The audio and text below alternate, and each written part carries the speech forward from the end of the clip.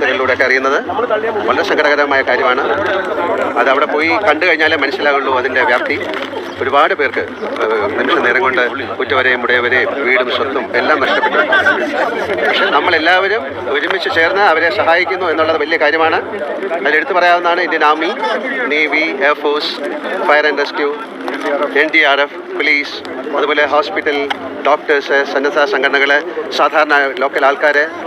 ഈ ഒരു കല്ലെടുത്ത് മാറ്റിവെക്കുന്ന ഒരു കുട്ടി പോലും ഇതിൻ്റെ ഭാഗമായി മാറുന്നു. ഈ കണ്ടെത്തേണ്ടതുണ്ട്.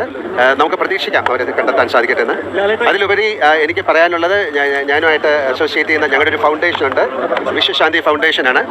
ഞാനത് ഇവിടുത്തെ പുനരധിവാസത്തിന് അല്ലെങ്കിൽ റീഹാബിലിറ്റേഷന് വേണ്ടിയിട്ട് ഇപ്പം നമ്മളൊരു 3 കോടി രൂപയാണ് കൊടുക്കാൻ തയ്യാറാകുന്നത്. തീർച്ചയായിട്ടും അത് കഴിഞ്ഞിട്ട് പിന്നെ അതിൻ്റെ സ്ഥിതിഗതികൾ നിരീക്ഷിച്ചതിന് ശേഷം വീണ്ടും ഇവർക്ക് എന്തെങ്കിലും പണത്തിൻ്റെ കാര്യങ്ങൾ ആവശ്യമുണ്ടെങ്കിൽ വിശ്വശാന്തി ഫൗണ്ടേഷൻ വീണ്ടും പണം കൊടുക്കുന്നതാണ്.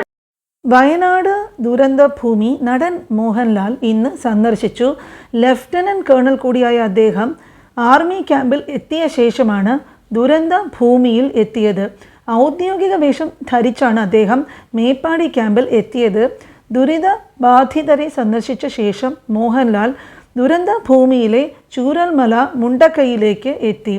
സൈന്യം നിർമ്മിച്ച കബൈലി പാലം വഴി മുണ്ടക്കയത്തിലെത്തിയ മോഹൻലാൽ രക്ഷാദൗത്യത്തിൽ ഏർപ്പെട്ട സൈനികരെയും വോളണ്ടിയർമാരുമായിട്ടൊക്കെയും സംസാരിച്ചു. ഓരോ വിഭാഗങ്ങളും നടത്തുന്ന പ്രവർത്തനങ്ങൾ കണ്ടാണ് ഉരുൾപൊട്ടൽ രൂക്ഷമായി ബാധിച്ച പ്രദേശങ്ങൾ മോഹൻലാൽ സന്ദർശിച്ചത്.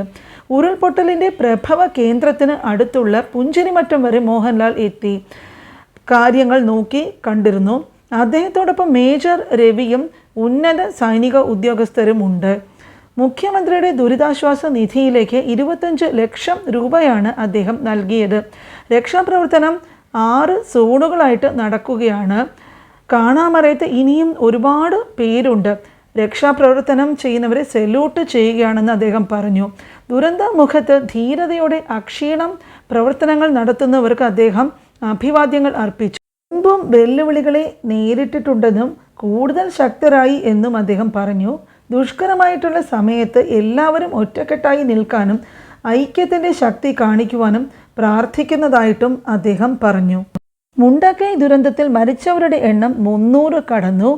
206 പേരെ ഇനിയും കണ്ടെത്താനായിട്ടില്ല.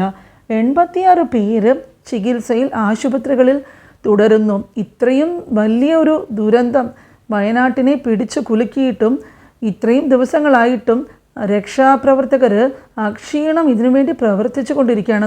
ഇവരുടെയൊക്കെ വേദന നമ്മൾക്ക് ആലോചിക്കാൻ പറ്റുന്നതിലും എത്രയോ അപ്പുറത്താണ്. ഈ നാട് മുഴുവനുമുണ്ട് നിങ്ങൾക്കൊപ്പം.